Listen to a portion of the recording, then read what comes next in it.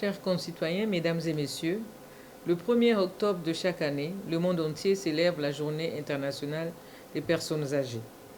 Instituée par résolution 45-106 du 14 décembre 1990 de l'Assemblée générale des Nations unies, la Journée internationale des personnes âgées est célébrée par la communauté internationale et a été proclamée suite aux initiatives découlant du plan d'action international de Vienne portant sur le vieillissement, adopté par l'Assemblée mondiale sur le vieillissement en 1982 et approuvé la même année par l'Assemblée générale des Nations unies.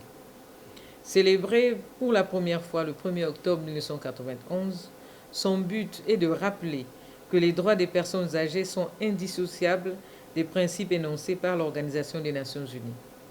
Par voie de conséquence, il a fallu marquer l'engagement des Nations unies dans la matérialisation d'une société pour tous les âges, selon les propos de M. Kofi Annan, alors secrétaire général des Nations unies, qui se sont matérialisés et qui disait, je cite, « Nous sommes tous témoins d'une révolution silencieuse. Durant la deuxième moitié du XXe siècle, l'espérance de vie a augmenté de 20%. Dans les 30 prochaines années, un tiers de la population des pays développés aura plus de 60 ans et parmi celles-ci, 10% seront âgés de 80 ans. Ce changement ne doit pas être réduit à la dimension démographique. Il comportera des implications sociales, économiques, culturelles et éthiques dont il faudra tenir compte. » Fin de citation.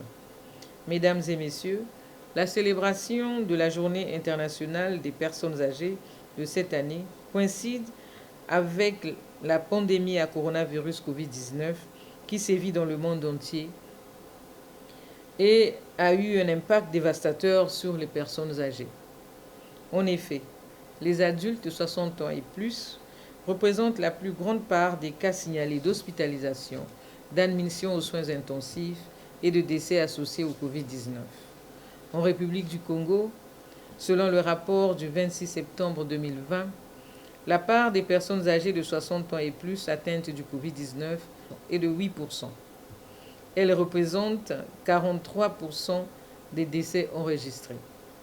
Le thème de cette édition s'intitule « Protégeons les personnes âgées contre la pandémie du Covid-19 ». Cette réflexion nationale, qui se focalise sur le thème choisi cette année, constitue une véritable interpellation des services de santé qui devraient répondre de façon optimale aux besoins prioritaires des personnes âgées.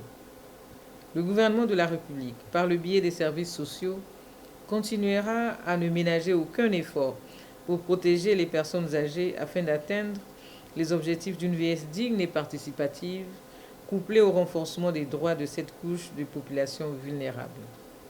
Notre pays a mis en place non seulement des stratégies en faveur des populations vulnérables respectant les principes énoncés pour la première fois par les Nations unies en 1991, indépendance, participation, épanouissement personnel et dignité, mais aussi un plan de riposte contre le Covid-19 qui tient compte des besoins spécifiques et de la protection des personnes âgées.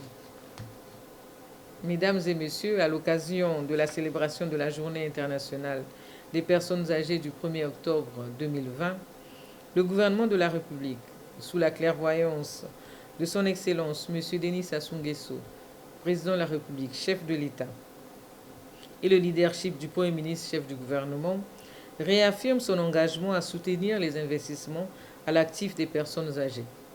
Ces investissements, qui devront concorder avec les besoins inhérents aux personnes âgées, tiendront non seulement compte des implications sociales, économiques, culturelles et éthiques, mais aussi de l'urgence de protéger les personnes âgées contre le Covid-19. Dans la lutte contre le Covid-19, protégeons les personnes âgées. Je vous remercie.